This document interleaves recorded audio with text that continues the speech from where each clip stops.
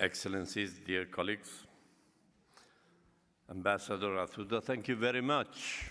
This has become a good tradition here in UNESCO that each year we get together here in this International Day.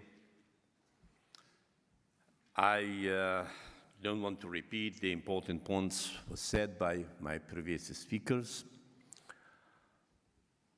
but I want to echo my voice for the condemnation and sadness that we all feel from the recent terrorist attack in Sri Lanka, a land that should be peaceful because of peaceful teachings there, and our sympathy with the people there and the government.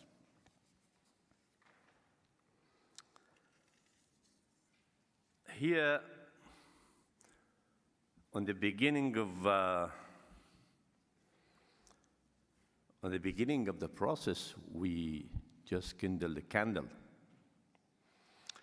I thought that religiosity is to discover that there is a candle in our heart, ready to be kindled. There is a void in our soul, ready to be filled. Do you feel that? Religiosity is nothing but to pay regular visit to yourself. Am I a jar full of water whose rim is always dry?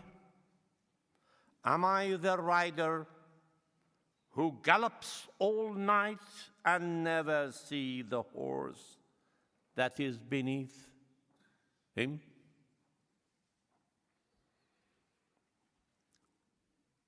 This is the International Day for Buddhism, Buddhist teaching. Buddha means enlightened. In Islamic civilization, we have a character, Jalaluddin Rumi,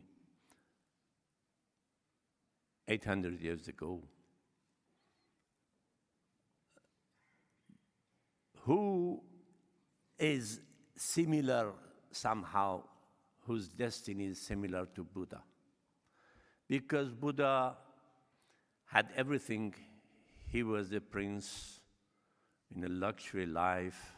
He left everything. And it was because of that he washed himself from himself. And it was because of that that he found the relaxation, the truth. Jalaluddin Rumi did the same in his life. I don't want to tell his story, but what I'm saying here is impressed by him. Religiosity means open your hands if you want to be held. You were born with wings. You were born with wings. Why prefer to crawl the whole life? Look at the moon in the sky, not the one in the lake. There is a story by Rumi saying that the bird was flying on the sky and its shadow was running on the ground, and the hunter was running behind the shadow, putting all of the arrows that he had to hunt it. The arrows have been finished. The hunter was tired. There was nothing to hunt because the bird was flying somewhere else. What is a religion? What is religiosity? To me, is nothing but somebody come, take the head of this hunter running for the shadow, say, look, the bird is there. That's all.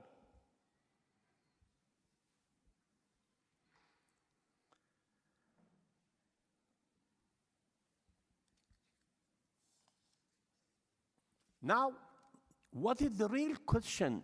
What is the real problem we can solve here? Our Deputy Director General, the other speakers, we talked about intercultural dialogue. But intercultural dialogue in this room, what would be the effect? Here we are from different religion, different background, and we are all friends. But what is happening outside? What is happening on the grassroots? What is happening on the streets? That is the real question we should solve.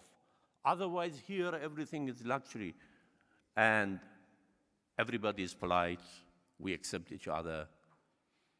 But how can I design a method to think, to have some effect outside on the grassroots of the people? I think intercultural dialogue, interreligious dialogue, beyond the formalities of the conferences, of the luxury scenes, of international big names, an umbrella, will find its meaning only if we can educate,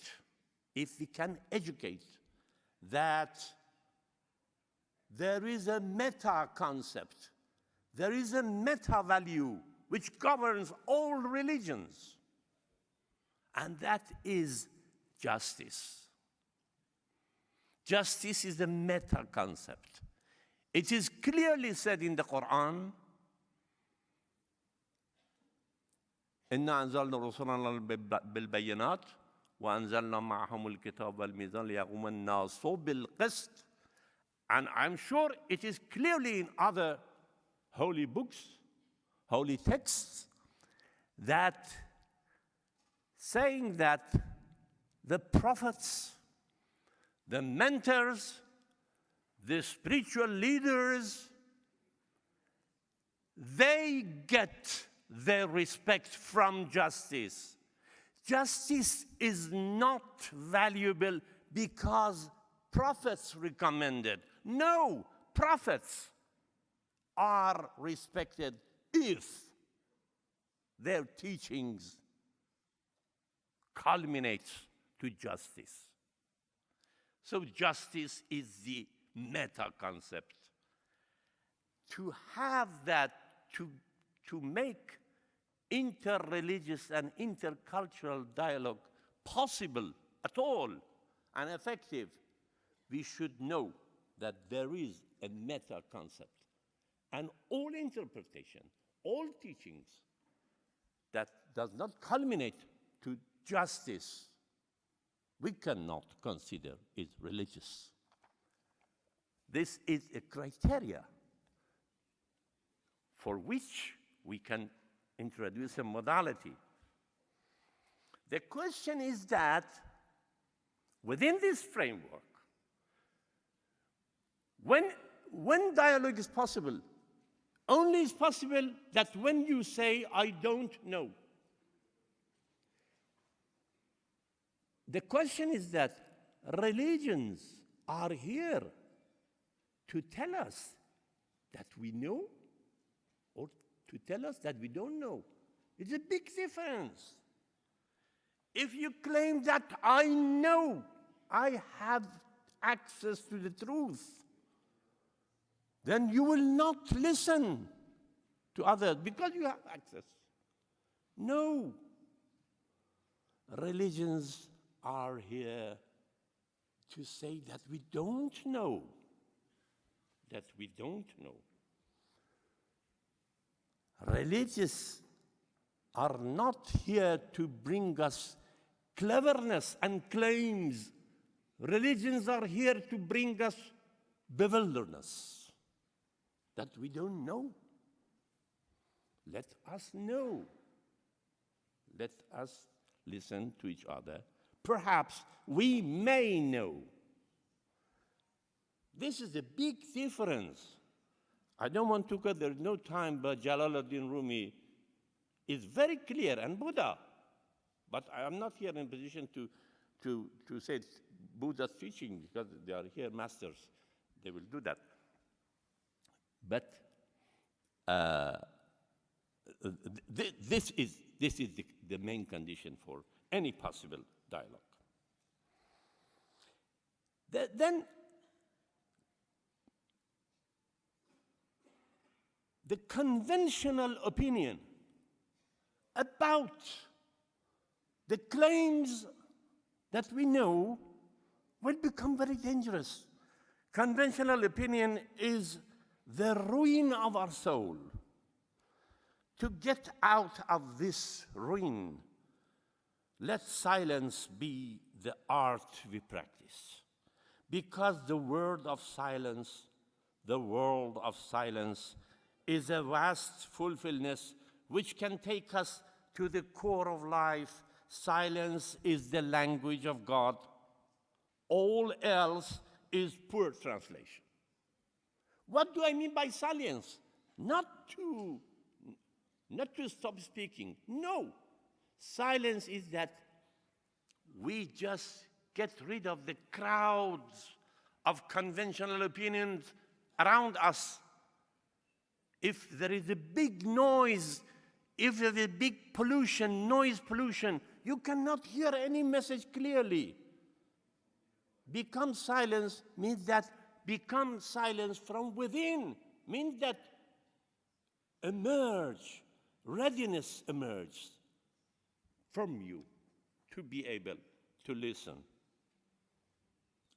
Do I have time? No. No? Finish? Okay.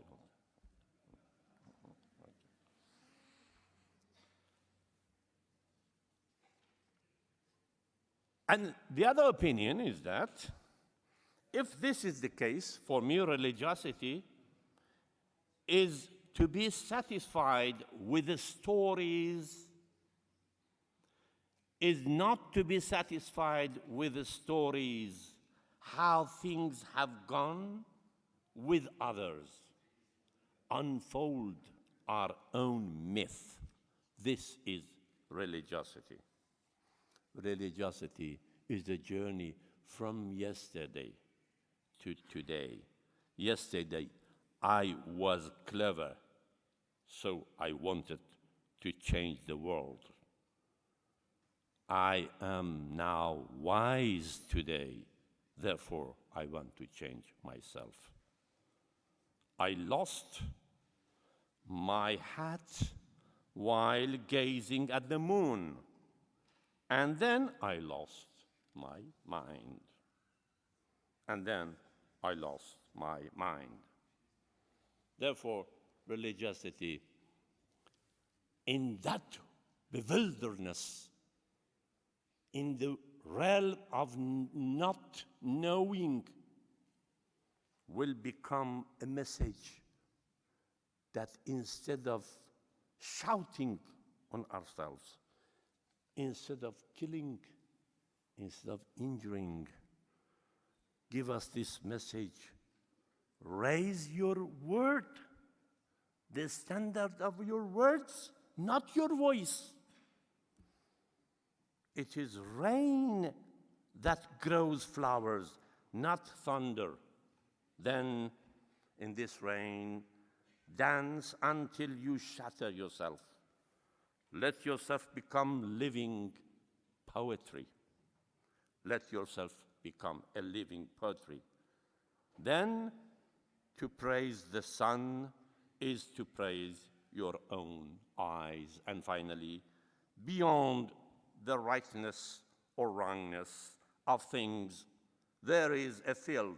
I will meet you there. We shall meet there.